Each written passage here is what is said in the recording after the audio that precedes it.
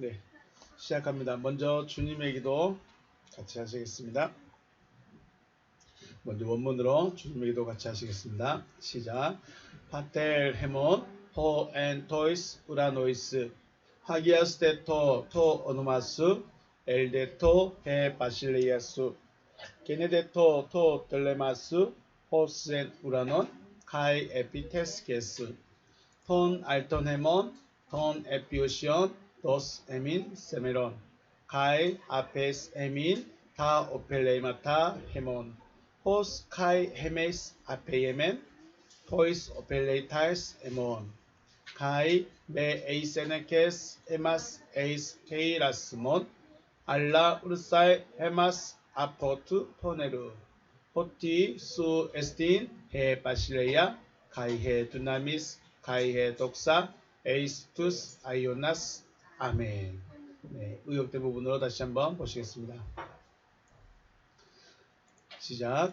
하늘들 안에 계신 우리의 아버지, 하늘 안에서와 같이 땅 위에서 당신의 이름이 거룩히 여김을 받으셨으며 당신의 나라가 임하셨으며 당신의 뜻이 이루어졌습니다. 오늘날 우리에게 위에 있는 우리의 양식을 주시옵소서. 그리고 우리가 우리에게 빚진 자의 빚을 사하여 준 것 같이 우리의 빚을 우리에게서 사하여 주시옵소서. 우리를 시험에 들어가게 하지 마시고 다만 악으로부터 우리를 구하시옵소서. 왜냐하면 그 세대는 당신의 나라이며 능력이며 영광이기 때문입니다. 아멘. 아이고 4분 때문에 또 힘나네. 말씀 봅니다. 로마서 8장 18절 말씀입니다.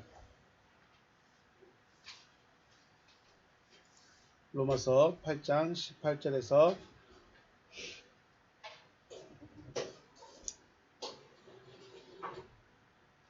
25절 말씀까지인데 21절까지만 보겠습니다. 로마서 8장 18절에서 21절 말씀 같이 합독합니다. 시작. 생각하건대 현재의 고난은 장차 우리에게 나타날 영광과 비교할 수 없도다. 피조물이 고대하는 바는 하나님의 아들들이 나타나는 것이니 피조물이 허무한데 굴복하는 것은 자기 뜻이 아니요 오직 굴복하게 하시는 이로 말미암음이라. 그 바라는 것은 피조물도 썩어짐의 종노릇 한 데서 해방되어 하나님의 자녀들의 영광의 자유에 이르는 것이니라. 아멘. 할렐루야. 주님의 이름으로 축복하고 사랑합니다. 네. 하나님의 풍성하신 은혜가 여러분과 저에게 넘치시기를 주의 이름으로 축복합니다. 네. 하나님의 은혜가 무엇일까요? 은혜가 뭘까?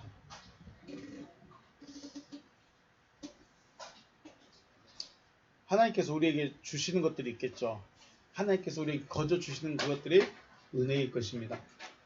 물론 이 땅에 살아갈 수 있도록 공기나 햇빛이나 물이나 이런 자연적인 것도 있을 수 있고 또 우리 건강도 지켜주고 물질도 얻게 하시고 뭐 자녀들도 잘 자라게 하시는 것도 있을 수 있을 것입니다. 그래서 모든 것이 하나님의 은혜 안에 있는 건 분명합니다. 그런데 이것은 믿는 자든 믿지 않는 자든 다 똑같네. 그럼 우리가 굳이 우리만 감사해야 될 것이냐. 물론 하나님을 알기 때문에 감사하는 것도 있지만 하나님의 백성이라는 사람들과 소위 안 믿는다고 말하는 그 사람들이랑 똑같네요. 똑같은 은혜를 받고 있네. 사람만 그럴까요? 짐승도 똑같죠. 똑같이 주어지는 것들이에요. 햇빛이나 공기나 물이나 이런 것들은 다 똑같이 주어져요. 믿든 믿지 않든 사람이든 짐승이든. 그래서 사람들은 새들의 지저귀는 소리를 뭐라고 그래요? 하나님을 찬양하는 소리라고 표현하기도 하고 또 예쁜 꽃들은 하나님의 영광을 표현한다라고도 말을 하기도 합니다. 그래서 우리는 먹고 마실 때마다 감사의 기도를 올리기도 하고 또 어려움을 만났을 때는 회복해 주실 것을 믿고 감사드리기도 하고 기쁜 일을 만났을 때도 감사드리기도 합니다. 그렇죠?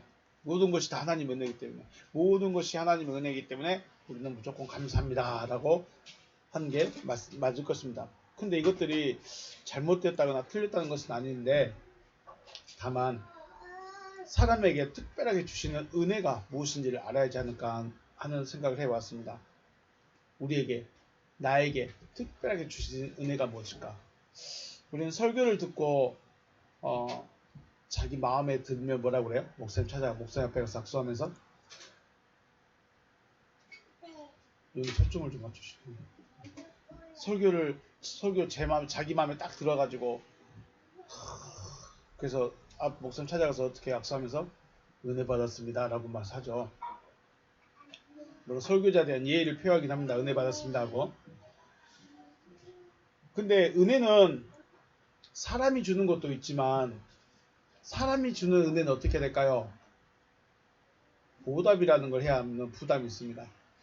사람에게 은혜를 받았으면 보답이라는 것을 해야 됩니다. 그래야 한번 또 오고 가는 정이 있는 거죠. 물론 아무런 대가 없이 받아도 상관없긴 하지만 요즘에 그 대한민국의 위상이 올라가면서 70년 전에 한국 전쟁에 참전했던 가난한 나라, 그 당시는 우리보다 더 부자였던 그 나라들 지금 우리가 돌아보니까 70년 전의 은혜를 이제야 갚네요. 감격했습니다. 그러신 나라와 관계도 있지만 몰라도 돼요. 대한민국이 굳이 필리핀 안 찾아가도 돼요. 대한민국이 굳이 터키 안 찾아가도 돼요. 70년 전의 일인데 뭐.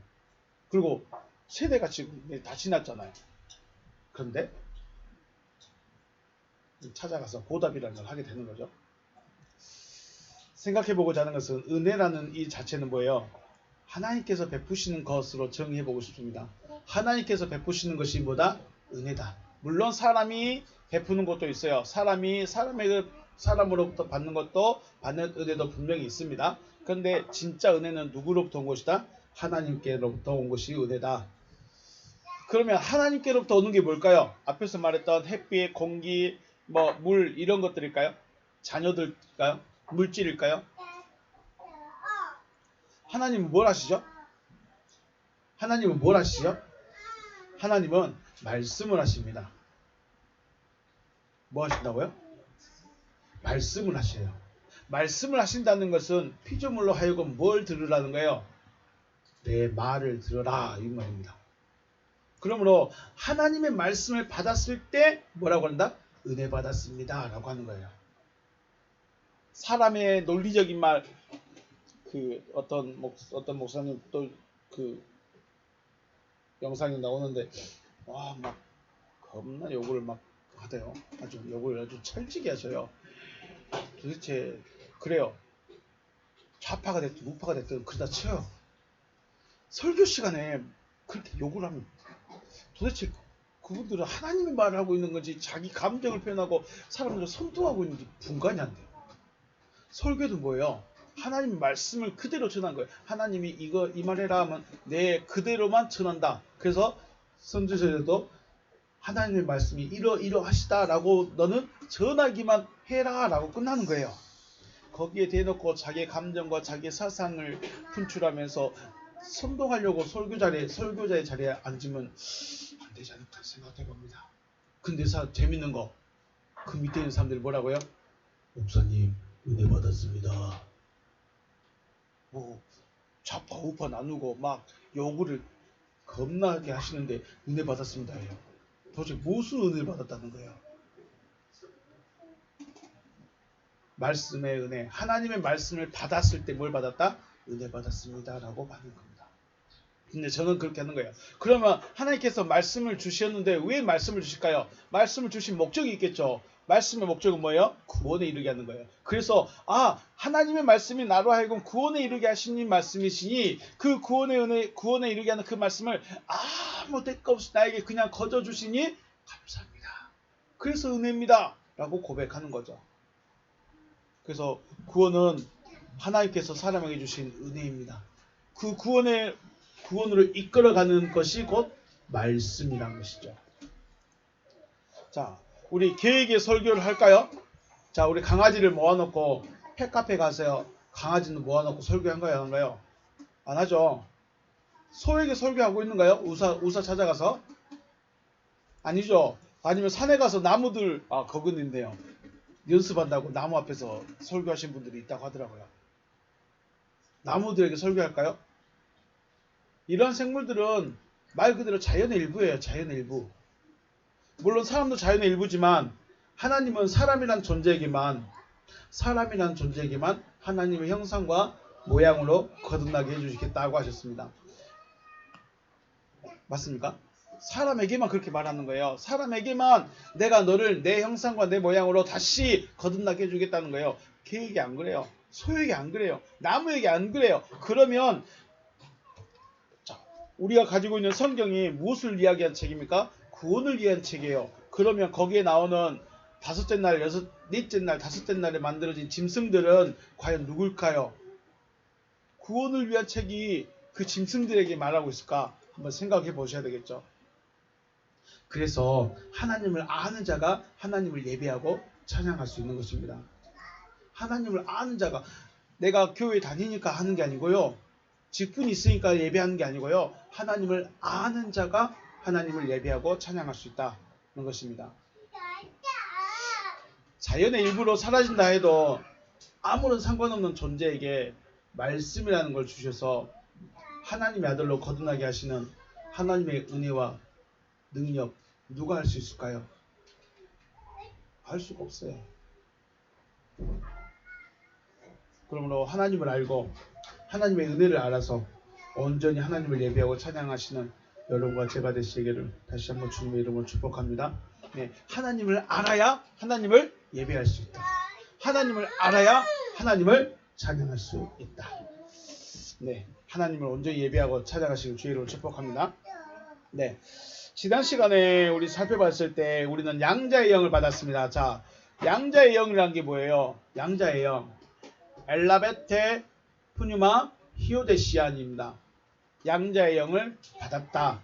양자의 영을 받았다. 우리말로 직역을 하면 아들로 세우는 말씀을 받았다는 거예요. 아들로 세우는 말씀을 취하였다. 아들로 세워지는, 아들이 되어지게 하는, 아들로 세워지는 말씀을 내가 받았다. 이게 양자의 영을 받았다는 것입니다. 아들이 되어지게 하는 게 뭐예요? 그러면 푸뉴마죠. 내가 하나님의 아들인지 아닌지를, 양자인지 아닌지를 알 수 있는 방법이 뭐예요? 푸뉴마예요. 영이에요. 그 영은 뭐죠? 영은 귀신 영이 아니라 내가 너에게 말하고 있는 그 말이 영이다, 생명이다. 그렇죠? 말이에요. 결국은 그리스도로부터 흘러나오고 있는 그 말씀 자체가 뭐예요? 영인 거죠.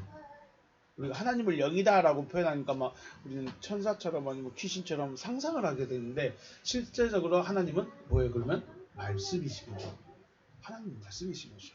그래서 창세기 1장 3절부터 나오는 게 뭐예요? 하나님께서 가라사대, 하나님이 말씀하시되, 말씀하시는 거죠. 하나님은 무엇이다? 하나님의 정체성은 말씀이시다. 그러므로 아들이 되어진다는 것은 하나님의 말씀을 받은 것이다 라는 것이죠. 하나님의 말씀을 마음에 간직하고 있는 자가 하나님의 자녀라는 증거가 되는 거예요. 자, 여러분이 하나님의 자녀로 세워짐의 증거가 어디 있느냐? 뭘 받았다? 말씀을 받았다. 내가 말씀을 받았으면 하나님의 자녀라는 증거가 되는 겁니다.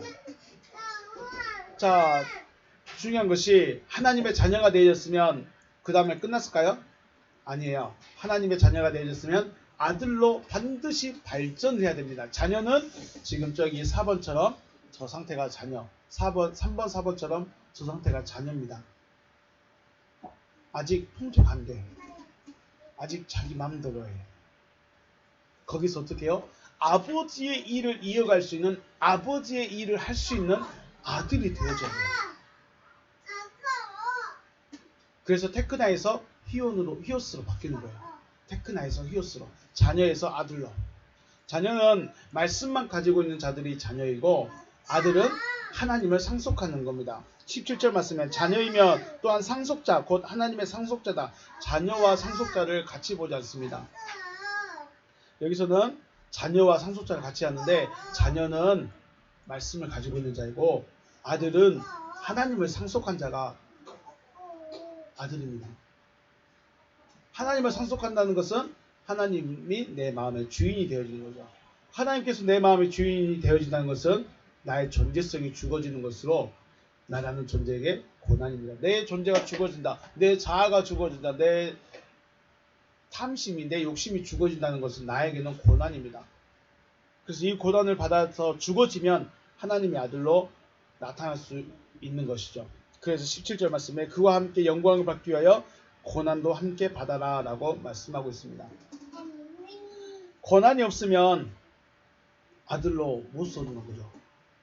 고난을 못 이겨버리면 아들로 못 넘어갑니다. 넘어갈 수 없어요. 마치 광야에서 광야를 지나야만 가나안에 들어간 것처럼 광야의 시험을 통과 못하면 못 넘어가요. 요단강을 못 넘어가. 20년 됐다고 30년 됐다고 40년 됐다고 요단강을 그냥 넘어가는 것이 아니라 못 넘어가요. 죽을 때까지 못 넘어가요. 죽어도 못 넘어가요. 네. 그래서 고난은 반드시 지나가야 됩니다. 그 고난은 돈 없는 고난, 몸이 아픈 고난, 자녀가 안 되는 고난, 그런 고난이 아니라 내 정체성이 죽어지는, 내 육체의 소욕이 죽어지는 이 고난의 싸움을 해야 한다는 것이죠. 그래서 18절 말씀하는 겁니다. 생각하건대 현재의 고난은 장차 우리에게 나타날 영광과 비교할 수 없다. 자, 한번 보겠습니다. 로기조마이. 네, 내가 생각하고 있다. 로기조마이. 가르. 그러므로 내가 생각한다. 호티 때문이다. 우크 아크시아. 비교할 것이 아니다. 우크 아크시아. 비교 가치가 아니라는 거. 비교할 수가 없다. 타 파데마타. 투린 카이루. 지금 현재의 고난은 비교할 수가 없다. 무엇과 비교할 수 없을까요? 플러스 텐 멜루산 독산. 준비되어진 영광과는 비교할 수가 없다. 아포칼립 데나이 에이스 헤마스. 우리들에게 나타날 영광과 우리에게 준비되어진 영광이 반드시 나타날 것인데 그것과 비교할 수가 없다. 자, 지금 우리가 받고 있는 현재의 고난은 우리를 위해서 준비되어진 영광과 비교 자체가 안 된다. 비교할 수가 없다. 라는 것이죠. 자, 그런데 중요한 것은 이 말을 지금 누가 하고 있을까요? 누가 누구에게 하고 있냐가 중요하죠. 단순히 성경이니까 모든 사람에게 하신 것이다 라고 할 수 있지만 이 서신의 기록자가 누구다? 바울이다. 그럼 바울이 지금 누구에게 이 서신을 전하고 있죠? 로마에 있는 성도들에게 전하고 있습니다. 바울이 바라보던 영광은 지금 아들의 모습이죠. 자, 우리를 위하여 준비된 영광이 뭐예요? 우리를 위하여 준비된 영광, 반드시 나타날 준비될 영광은 하나님의 아들의 모습입니다. 하나님의 말씀을 받은 자녀에게서 아들이 되어지는 과정에서 반드시 고난이라는 과정이 필요하다는 것인데 이 고난은 자신의 정체성이 죽어지는 과정이 결코 쉽지 않다는 것을 준비되어진 영광과 비교하고 있습니다. 자, 올림픽에 참여한 선수들은 대부분 금메달을 위한 목표로 훈련할 것입니다. 100명이 참석했던 10명이 참석했던 한 경기에서 몇 명? 금메달 몇 명? 야, 100명 다 참석했으니까 100명 다 금메달 하면 금메달의 가치가 있어요? 없어요? 없죠. 100명이 다 금메달을 목표로 훈련하고 준비했지만 몇 명만 누린다? 한 명만 누린다. 그런데 중요한 것, 하나님의 영광은 고난을 이겨낸 모든 자가 누릴 수 있다. 영광은 단순히 나만 1등에 여기 저희 모임 우리 중에 한 사람만 가는 것이 아니라 고난을 견디는 자는 다 누린다는 겁니다. 이게 하나님의 은혜죠. 그래서 광야의 때를 무슨 때라고 합니까? 시험의 때라고 합니다. 시험. 하나님이 시험하시는 곳이에요. 광야는 어떤 곳이다? 하나님의 시험을 받는 곳입니다. 말씀을 딱 하십니다. 말씀을 주시고 믿는지 믿지 않는지 이걸 알고자 하시는 거예요. 하나님께서 말씀을 주신 이유는 다른 거 없습니다. 네가 믿는지 안 믿는지. 우리에게 어떤 명령이 떨어졌다. 다른 거 없습니다. 네가 지금 믿는지 안 믿는지 그거 보고 싶은 거예요. 네 마음이 어떠한지 알고 싶다는 거예요. 그거밖에 없어요. 광야는 시험의 때다. 그 시험의 때는 말씀을 딱 주고 믿는지 안 믿는지 받는지 안 받는지 그거 보는 거예요.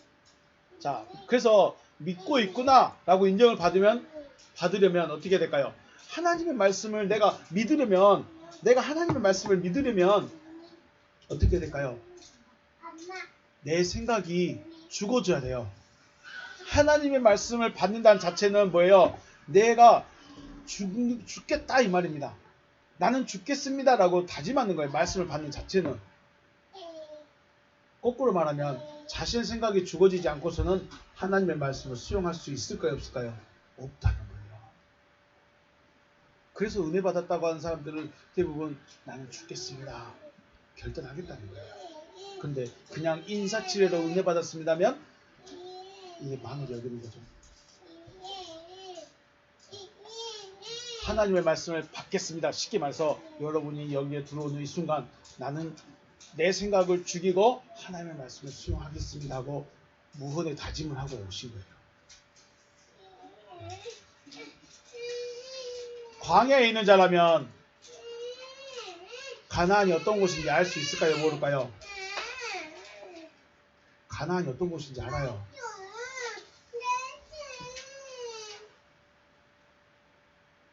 가나안은 어떤 곳이에요? 젖과 꿀이 흐르는 아름다운 땅이에요. 젖과 꿀이 흐르기 때문에 수고로움이 있을까요? 없을까요? 수고할 필요가 없어요. 그냥 가서 취하면 돼요. 그냥 내가 필요할 때 가서 가지고 오면 돼요. 젖과 꿀이 없으면 황량한 황무지면 어떻게 해야 돼요? 내가 가서 밭을 일구고 씨를 뿌리고 물을 줘서 열매를 거둬서 내가 먹어야 돼. 얘기가 돼요. 이게 세상이죠. 가나안은요. 그냥 젖과 꿀이 흐르는 곳이에요. 그냥 가서 내가 취하면 되는 거예요. 광야에는 하루의 양식 때문에 고민해야 됩니다. 오늘 먹을 것이 있을까? 오늘 나에게 먹을 것이 올까? 고민해야 돼. 그리고 볼 곳도 없어. 갈 곳도 없어. 즐길 것도 없어. 아무것도 없어요. 그런데 가나안은 어때요? 양식으로 고민할 필요가 없고 보이는 것마다 아름다운 곳이에요. 이게 실상 우리 이스라엘 땅 저는 아직 안 가봤습니다. 이스라엘 땅 아름다운 땅일까요? 황무지일까요? 여러분이 2000년 전에 생각해보고 2000년이 아니라 3000년 전을 한번 생각해 보겠습니다.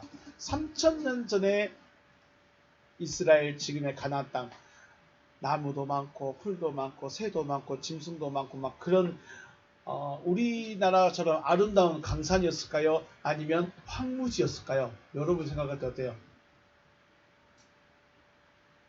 대답해 주시죠. 자, 1번 아름다운 땅에 나무와 새가 많은 아름다운 땅이었다. 2번 황무지였다. 2번이 많아요. 왜요? 거긴 다 황무지야 다. 그런데 재밌는 게 뭐예요? 하나님이 거기는 무슨 땅이다? 젖과 꿀이 흐르는 땅이다. 왜 젖과 꿀이 흐르는 땅? 진짜로 사람들이 진짜로 그랬을까요? 열매가 그렇게 클 수 있을까? 황무지인데 그럼 뭐가 바뀌었을까요? 갑자기 드는 생각인데 이거는 환경은 똑같아. 광야의 환경이나 가나안의 환경은 똑같아. 황무지로 대부분 다 황무지야. 그런데 뭐예요? 진짜로 의식이 바뀌어져 버리지 않았을까? 주님 계신 그곳이 어디다? 천국이다. 네. 물론 진짜로 아름다운 땅이 되시지만 실질적으로 이스라엘 땅은 황무지가 훨씬 더 많습니다. 산도 황무합니다. 물 쪽 있는 것은 요단강 변하고 갈릴리 호수 있는 쪽. 그 사해바다 쪽 사진 같은 거 보면 어때요? 나무 있던가요, 없던가요? 나무는 뭐 살 수가 없죠, 살 쪽은요. 물론 저기 누구죠? 아브라함과 롯이 살 때는 좋은 땅에는 뭐 4,000년 전에는 3,000년 전에는 그렇다는 거예요. 그렇습니다. 거기는 광야는 갈 것도 볼 것도 할 것도 아무것도 없는 황무지인데 똑같은 땅이 가나안에 들어가면 이건 젖과 꿀이 흐르는 땅이에요. 그렇습니다. 중요한 거 가나안에 들어가려면 하나님으로부터 뭘 받아야 돼요? 인정을 받아야 돼요. 네가 믿고 있구나. 믿지 않으면 40년이 지나도 요단강을 못 건너갑니다. 믿지 않으면 죽어서도 시체도 못 갑니다. 믿지 않으면 가나안 자체를 갈 수가 없습니다. 그러면 광야는 믿음이 아니에요. 지난 시간에 말씀드렸죠. 아피스티스, 믿음이 아닌 거예요. 믿음이 적은 것도 아니고 믿지 않는 것도 아니고 믿음 자체가 아닌 거예요.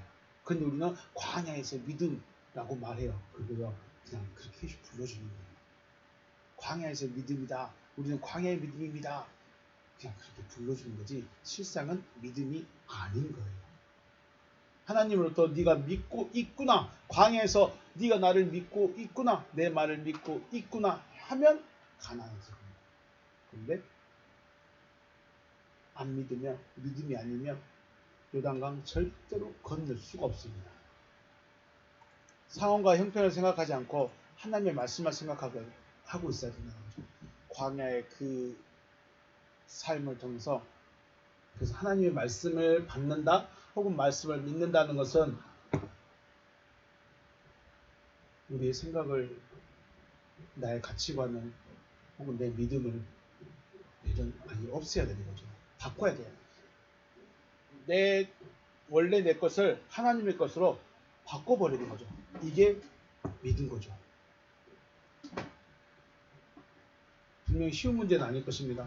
그럼에도 바울은 분명하고 확실하게 말하는 것이 뭐예요? 준비되어져 있다는 것을 강조하고 있죠. 자, 믿으면 어떻게 된다? 준비되어진 것이 있다. 분명하다, 확실하다. 믿음이 바울이 말하고 싶은 것은 준비되어진 영광이 분명히 있다. 제가 왜 15절 말씀하면서 한 말이 무슨 말이었죠? 이 말을 기록한 자가 누구이고 누가 서신을 받느냐의 문제입니다. 바울이 우리 자기를 위해서 준비되어진 것이 확실하게 있다. 준비된 영광이 확실하게 있다라고 말할 수 있는 이유가 뭘까요? 이유가 뭐예요? 지금 자기가 거기에 있는 거예요. 일단 말씀드리겠지만 바울은 지금 로마의 성도들에게 서신을 쓰는데 자신은 지금 그리스도 예수의 상태에서 제자들을 바라보고 있는 상태. 그러니까 자기는 이미 가 있어요. 그러니까 분명히 될 것 알아요. 내가 내 자신을 죽이고 쳐서 복종시켜서 하나님의 아들의 영광에 이르러니까 따라만 와. 분명히 있어. 말할 수 있지 않았나. 내가 여기 안 갔으면 말할 수 있을까요? 없을까요? 제가 확실하고 분명하게 말씀드릴 수는 있지만 저도 여기를 가봐야 돼요. 가야 돼요. 자, 19절 피조물이 거대하는 바는 하나님의 아들들이 나타나는 것이다 라고 했습니다. 피조물이 거대하는 바는 하나님의 아들들이 나타나는 것이다. 자, 원문입니다. 허가르 아포카라도이키아 카라도키아 간절히 기대한다. 간절히 기대한 자는 테스 크티세오스 창조물에 간절히 거대하는 바는 테 아포칼립시 나타나기를 바란다. 뭐가 나타나기를 간절히 기대하고 있습니다. 창조물들은 뭐가 나타나기를 굉장히 간절히 기다리고 있습니다. 톤, 히온 그 아들들이죠. 보니까 아들들이 남성 복수입니다. 투테우 하나님의 그 아들들. 하나님의 아들은 몇 명? 하나님의 아들은 몇 명? 한 명? 아니면 많이? 하나님의 아들을 한 명으로 둬버리면 하나님의 아들을 한 명으로 딱 한정을 시켜놔버리면 저와 여러분 하나님의 아들이 아니에요. 우리는 그리스도 예수를 하나님의 아들로 딱 못 박아놔버리면 저와 여러분은 절대로 하나님의 아들이 될 수가 없습니다. 왜요? 하나님의 아들은 한 명이어야 돼요. 그런데 본문에 바울은 아들들이 나타나기를 투테우 턴 위언 투테우 그 하나님의 그 아들들이 나타나기를 피조물들은 간절히 기대한다. 어떻게? 앞에 크레케타이 학수고대하면서 기다리고 있어요. 학수고대하며 간절히 기다리고 있다. 자, 피조물이 하나님의 아들들이 나타나기를 학수고대하며 기다리고 있습니다. 여러분 하나님의 아들들이 나타나기를 학수고대하고 있습니까? 그리스도 예수가 다시 한번 짠 하고 나타나기를 기대하고 있습니까? 그건 없다고 했죠. 자, 창세기 1장은 구원의 원리죠. 구원의 원리가 창세기 1장에 있습니다. 원리에서 벗어난 결과가 있을 수 있을까요? 원리에서 벗어났는데 결과가 나와버렸다? 어디서 기사를 잘못한 거겠죠. 원리에서 벗어난 결과는 있을 수가 없는 거죠. 다섯째 날에 만들어진 존재들이 있습니다. 다섯째 날에 만들어진 존재들에게는 뭐가 있을까요? 소망이라는 게 있어요.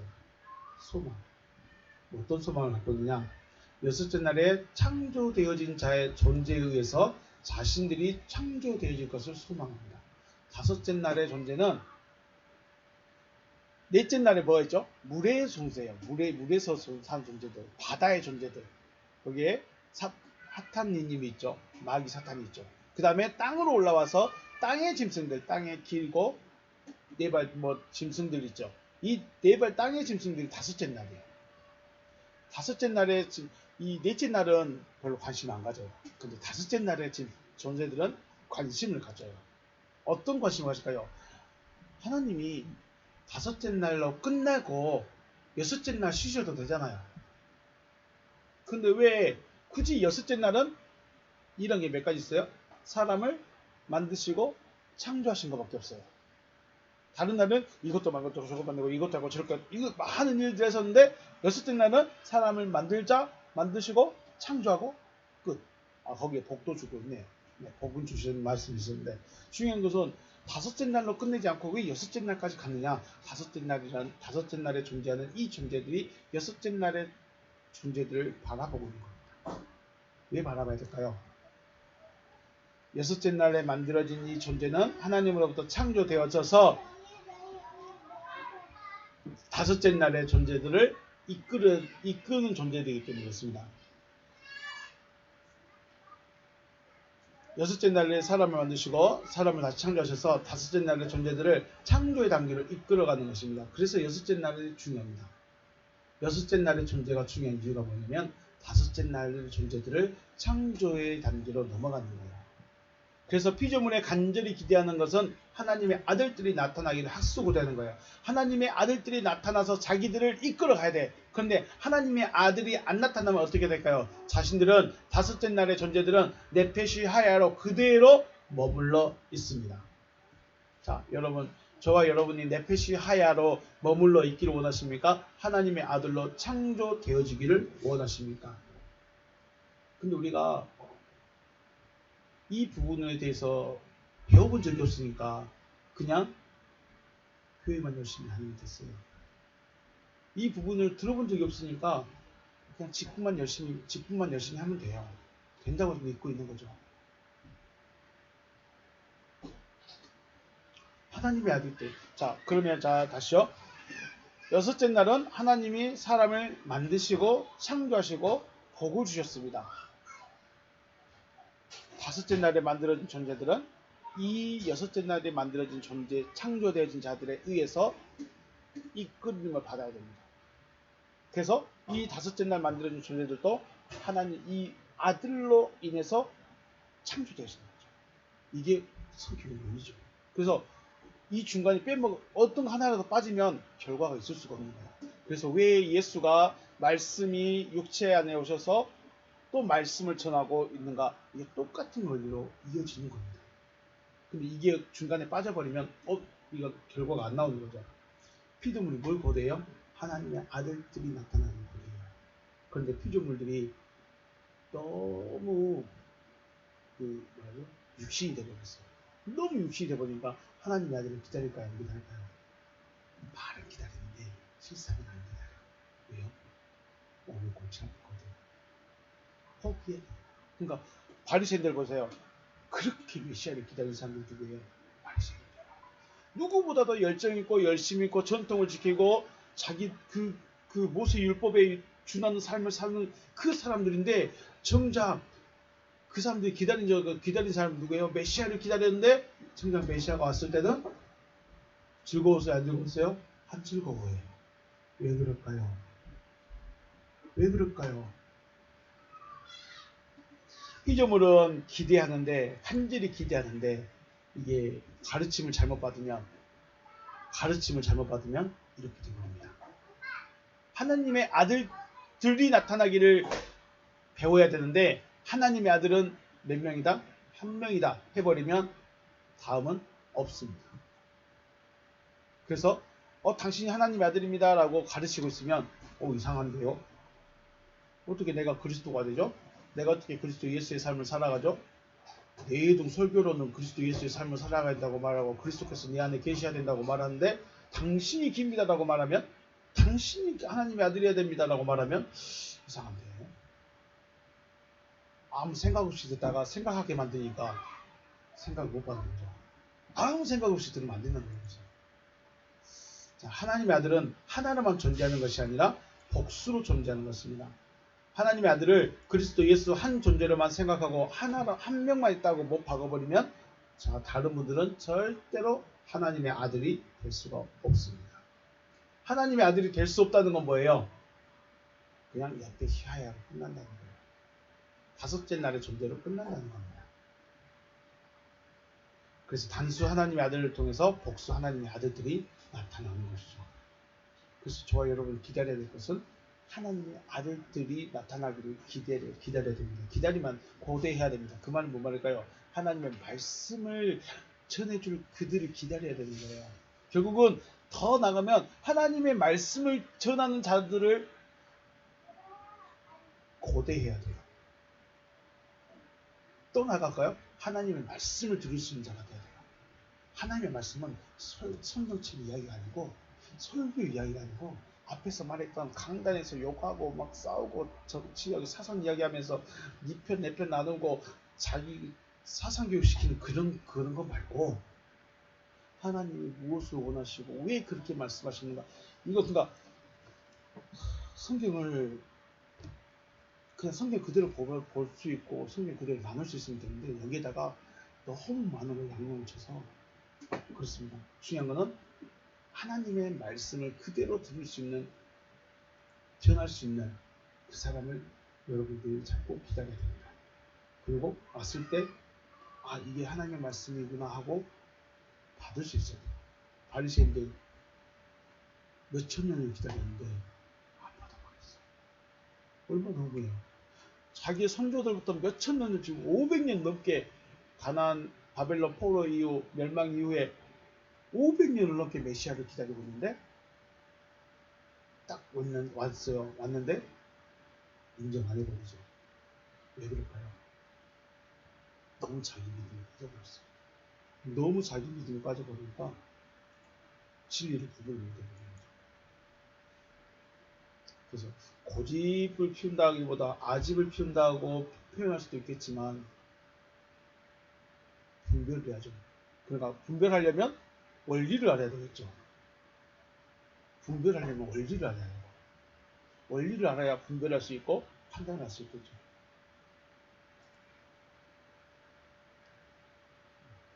20절, 피조물이 허무한데 굴복하는 것은 자기 뜻이 아니요 오직 굴복하게 하시는 이로 말미암음이다 라고 하셨습니다.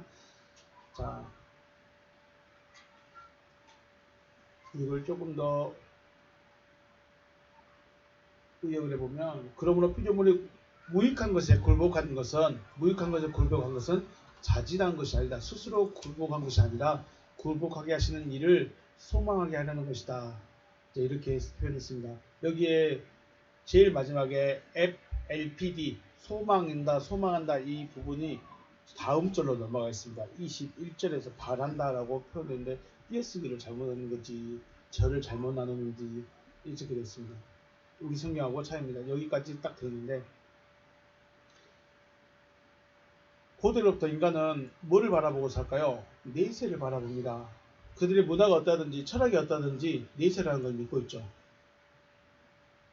육적 존재가 영의 세계를 바라보고 믿을 수 있을까요? 허황된 것이죠. 죽어봐야 하는 거죠.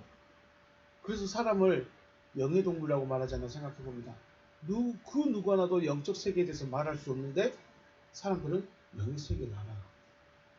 그리고 그걸 사모해요. 또 가고 싶어요. 그래서 영적 동물, 영의 동물이라고 하잖아. 영의 세계를 유일하게 갈망한 존재가 바로 사람이죠. 멍멍이가 나 천국 가고 싶은데요 라고 말한 거 들어보실까요? 음모가 나 천국 가고 싶은데 라고 말한 말 들어봤을까요? 없어요. 그네들은 다 그냥 짐승이에요. 생물이에요. 사람은 사람인데 내세에 그 천국에 대한, 영의 세계에 대한 관심이 없다? 그럼 뭐예요? 맞습니다. 그렇습니다. 그런데 어찌됐든 육의 세계가 있고 영의 세계가 있는데 육체라는 한계를 가지고 있는 사람은 영의 세계를 볼 수가 없습니다. 볼 수 없다는 것, 들을 수 없다는 것, 알 수 없다는 건 뭐예요? 소망을 할 수 없다는 거죠. 소망을 가지지 못한다는 거예요. 그래서 하나님께서 믿음이라는 걸 통해서 소망하게 만들고 소망을 통해서 실체가 되어지게 만듭니다. 믿음, 소망, 사랑. 이게 뭐예요? 그냥 따로따로 있는 것이 아니라 하나님은 믿음이라는 걸 통해서 볼 수 없는 영의 세계에 대한 소망을 가지게 만들고 이 소망의 실체가 사랑입니다. 세 가지로 세 개가 연결되어 있습니다. 그래서 24절의 말씀에 보이는 소망이 소망이 아니다라고 말했죠. 영적 존재가 되어지는 것을 볼 수 없는 것이기 때문에 소망이 되는 것이죠. 영의 세계를 소망할 수 있도록 하시려고 육적인 것을 굴복하게 했습니다. 자, 그러니까 하나님께서 왜 우리로 하여금 육신적인 것을 굴복하게 하고 육신적인 것을 찾게 만드셨느냐? 이것은 내가 원하는 게 아니라는 거예요. 바울의 입장에서는 아니죠. 원래 우리는 내 몸을 위해서 살아가는 게 좋죠. 원래 나를 위해 살아가는 게 맞아요. 그런데 바울의 입장에서는 내가 자진해서 굴복하는 게 아니라 굴복하게 하시는 이에 의해서 굴복했다. 그 말은 뭔 말이에요? 우리로 하여금 나 자식이 만들었다는 거예요. 우리로 하여금 육체만 위해 살게 만들었다는 거예요. 왜요? 왜 이렇게 만들었을까요? 소망을 하게 하려고. 믿음을 가지고 소망하게 하려고 우리로 하여금 육체에게 굴복하게 하셨다는 겁니다. 쉽게 말해서 그 야곱의 가족을 애굽으로 왜 보냈을까요? 가나안이 기근으로 들었으면 야 내가 금방 까마귀 보내줄게 할 수 있을 거 아니에요. 야곱이 애굽으로 내려가지 않도록 야 내가 금방 너희 땅에만 내가 비를 내려줄게 할 수 있었을 거 아니에요. 그런데 왜 내려갔어요? 내려가서 거기서 빨리 나오면 되는데 안 내려오고 정착을 해버리네. 정착하면서 고통을 받네. 왜 고통받게 만들었어요? 그들의 조상 아브라함에게 하셨던 약속을 뭐하게 해요? 소망하게 해요. 하나님이 그냥 굳이 거기 안 보내고 보냈다 하더라도 빨리 끄집어 올리면 되는데 놔둬버렸어. 왜 놔뒀다고요? 소망하게 하려고. 그들이 소망을 가졌죠. 어디에 대한 소망이요? 자기 조상 아브라함이 하셨던 적과 고리에는 가나안 땅을 소망하게 하시려고 거기다가 놔뒀다. 우리에게 지금 육체를 놔둔 이유가 뭐예요? 우리가 육체대로 살아가려고 일을 쓰면서도 뭘 가져요? 소망을 가지는 거예요. 근데 믿음이 있어야 소망이 생기지. 믿음이 없으면 소망이 생길까요? 안 생길까요? 소망이 안 생겨요. 믿음이 있어야 올바로, 그러니까 하나님의 믿음이 생기면 하나님에 대한 소망이 생기는데 다른 믿음이 생기면 다른 것에 대한 소망이 생깁니다. 그렇죠? 하나님의 믿음이 생기면 하나님이 원하는, 하나님이 주시고자 하는 그것에 대한 소망이 생기는데 사람의 믿음이면 어떻게 해요? 다른 소망이 생겨버려요. 하나님의 믿음을 가지시길 주의 이름으로 축복합니다. 네. 그래서 우리가 하나님을 믿는데 하나님의 믿음이 있어야 하나님의 소망이 생긴다. 21절 그 바라는 것은 피조물로 썩어짐에 종로한 데서 해방되어 하나님의 자녀들의 영광의 자유에 이르는 것이다. 피조물인 자기 자신이 멸망의 종으로부터 해방되어지고 하나님의 자녀의 영광의 자유를 소망한다. 우리 여기 보시면 무익한 것에 굴복하는 것은 무익한 것으로부터 자유를 주시기 위함이었다. 네, 무익하다는 것도 목적도 없다는 의미도 있습니다. 무익하다. 그러니까 신앙생활 하는데 목적이 없어요. 이게 뭐예요? 무익한 생활이에요. 애굽에서 말씀을 가지고 애굽에서 살고 있는데 목적이 없어. 내가 왜 지금 여기 있지? 그러면 아무런 목적이 소망이 없는 거죠. 다시 말하면 하나님을 믿는다는 것은 분명한 목적이 있어야 돼요. 부자가 병 나음이 뭐 이런 거 말고 하나님의 목적이 분명히 있어야 됩니다. 하나님의 자유의 영광의 자유, 하나님의 아들이 되어지는 목적이 분명히 해야 된다는 것입니다. 하나님을 믿는데 목적이 돈 버는 거예요. 하나님을 믿는데 목적이 교회 겁나 커지는 거예요. 하나님을 믿는데 명예가 높아지는 거예요. 하나님의 믿음과 전혀 다른 설정이죠. 목적이 잘못 설정된 겁니다. 여러분의 목적은 어디 있습니까? 여러분의 믿음의 목적은 어디 있습니까? 멸망으로부터 해방되어져야 되죠. 멸망으로부터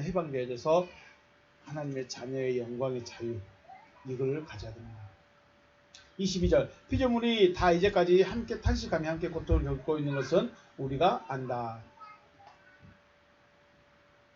네. 피조물은 바울은 알고 있다고 그랬죠. 바울은 알고 있습니다. 뭘 알았을까요? 모두 피조물이 하나님의 아들들이 나타나서 자신들에게 구원의 말씀, 생명의 말씀을 전해주시기를 소망하고 있다는 걸 바울은 알고 있습니다. 근데 여기서 재밌는 것은 바울의 상태가 되어져야만 다른 피조물의 고통을 알 수 있다. 바울의 상태가 되니까 지금 로마에 있는 성도들이 무엇 때문에 고민하고 있고 무엇 때문에 지금 방황하고 있는 걸 알고 있어요. 그러니까 지금 말을 해주고 있는 거예요. 지금 로마에 있는 성도들은 말씀을 받아서 하나님의 자녀가 말씀을 받은 상태는 되어졌는데 그 다음이 없는 거예요. 왜요? 자기들이 이끌어갈 누가 없어요. 바울이 물론 누가 있었는지 모르겠지만 바울이 전해준 복음을 듣고 말씀을 받아서 하나님의 자녀가 되었는데 그 다음에 뭐가 돼요? 말씀만 받으면 되는 것이 아니라 양육이라는 과정이 필요하죠. 분명히 하나님이 누구시고 어떤 분이시고 어떻게 해야 되고 누군가 이것들을 가르쳐 주시고 이끌어주는 누군가가 필요했는데 바울 로마 성도에는 그런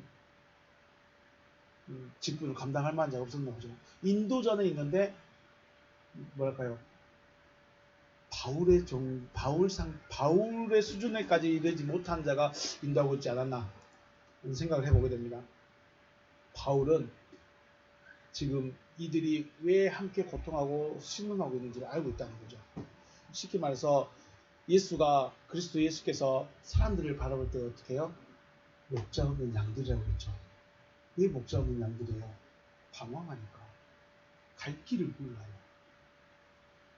예수가 사람들을 볼 때, 유대인들을 볼 때 이들은 하나님을 믿긴 믿는데 어디가 목적지가 없어. 인도자가 없어. 그럼 예수가 볼 때 안타까울까요? 다 내 거 만들어버려야지 했을까요? 안타까운 거죠. 목자 없는 양같이 유리한다. 이리 가운데 보낸 양과 같다. 그 말은 뭔 말이에요?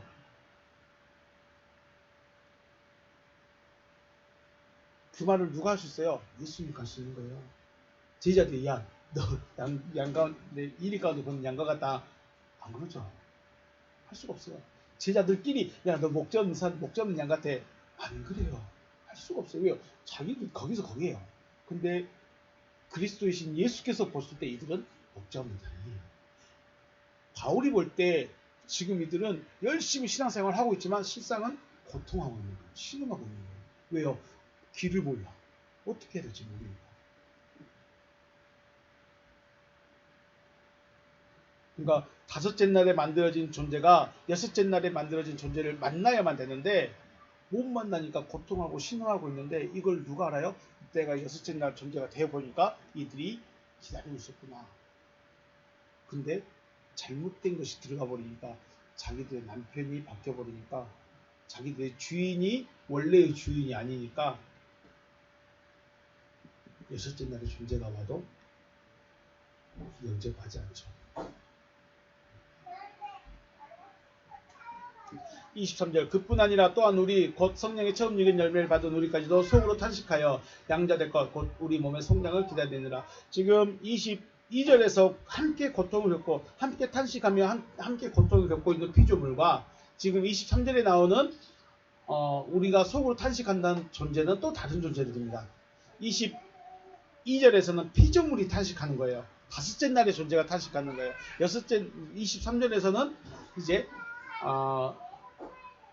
누굴까요? 하나님으로부터 나옴을 받은 자들인데 육체의 속량을 기다리고 있는 사람들이죠.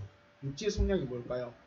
자, 말씀을 그대로 보면 우리 곧 성령의 처음 익은 열매, 처음 익은 열매가 누구죠? 부활의 첫 열매가 누구예요? 그리스도. 성령의 처음 익은 열매는 그리스도. 그리스도의 첫 열매는 나. 그죠? 그래서 성령의 처음 익은 열매를 받은 우리 그럼 누구예요? 지금 바울과 똑같은 존재가 되어진 그들이죠. 그러니까 말씀을 받은 그들, 그리스도를 받은 그들은 뭘 기다려야 돼요? 속으로 탄식하고 있어요. 왜 탄식하여 양자 될 것, 곧 우리 몸의 속량을 기다리냐. 몸의 속량을 기다리죠. 자, 성령의 처음 익은 열매는 그 예수 그리스도, 우리가 쉽게 말하는 그리스도이십니다. 그리스도. 그리고 그리스도께서 우리 안에 오시는 것입니다. 그리스도를 받은 바울은 육체의 속량을 기다립니다. 육체의 속량, 몸의 속량이라는 말은 육체로부터 벗어나는 것을 말합니다. 육체로부터 벗어나? 이게 뭘 말이냐? 우리 부활하신 예수의 몸은 영의 몸이라고 그러죠. 그걸 뭐라고 그래요? 우리 영체라고 그래요. 우리가 알 수 있는, 우리가 말하는 그 천사들, 쉽게 말해서 시간과 공간의 제약을 받지 않는 몸, 이게 뭐예요? 영의 몸이에요. 영의 몸. 바울은 지금 단순히 나 하나님의 아들이다, 나 구원받았다, 이거에 기뻐하지 않고 또 탄식하고 있어요. 뭘 가지게요? 진짜로 하나님이 돼버리는 거. 진짜로 하나님이 돼버리는 거. 그게 뭐예요? 부활하신 예수처럼 영의 몸이 돼버리는 거. 그러면 육체로 있으면 왜 그럴까요? 한계가 있죠. 공간을 못 지나가. 시간이라는 제약에 걸려 있어.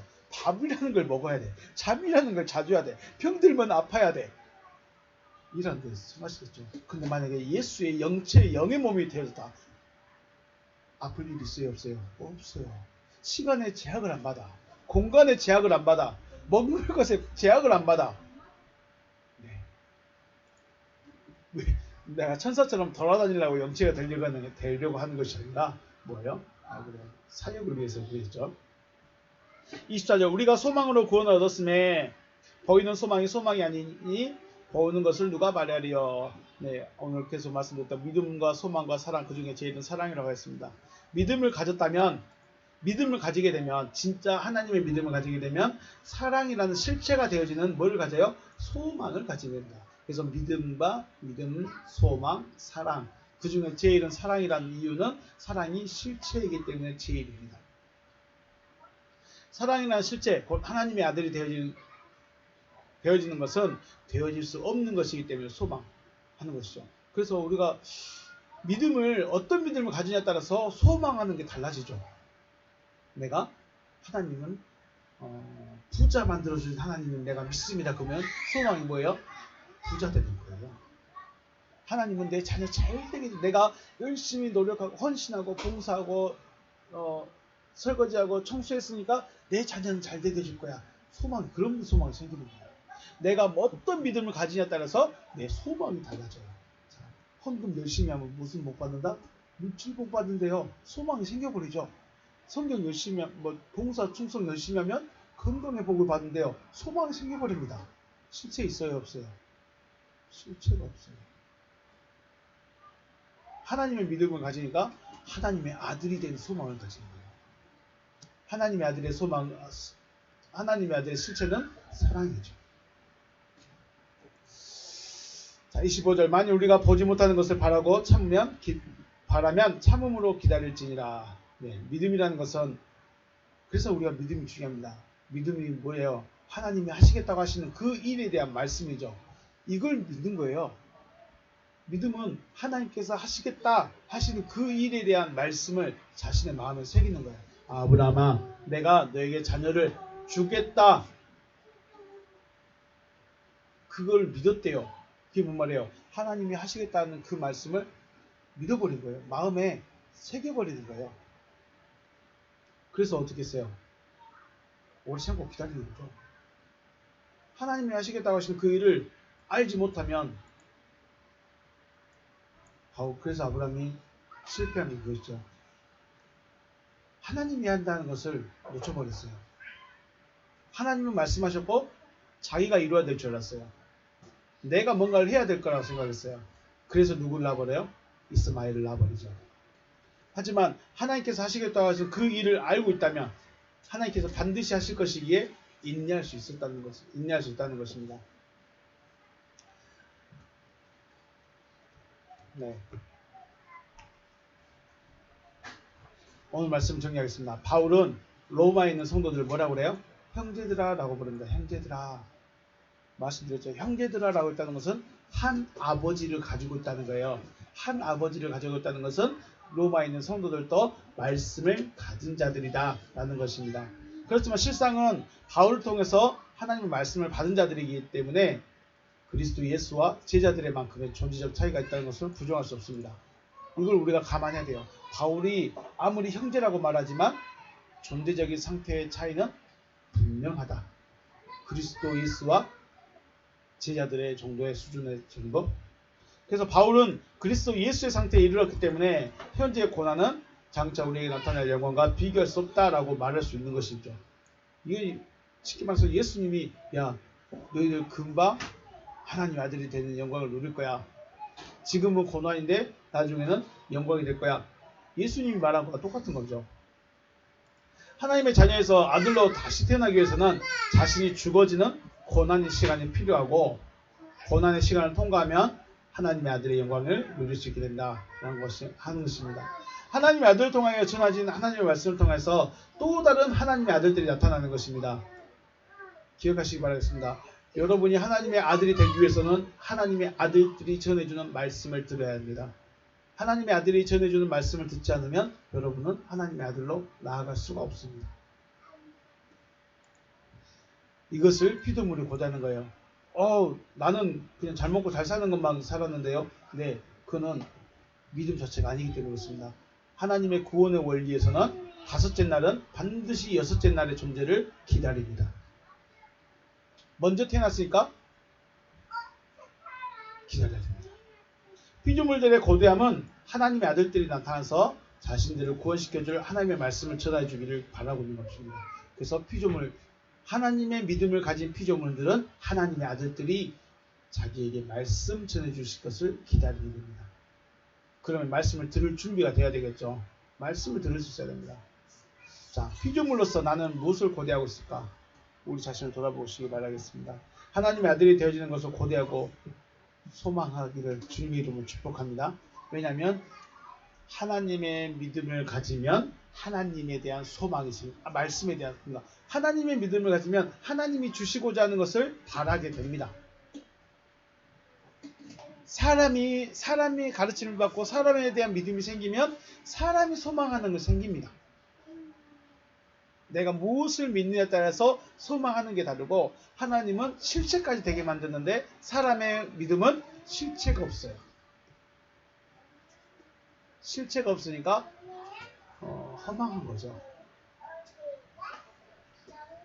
하나님의 믿음은 반드시 실체까지 나아간다.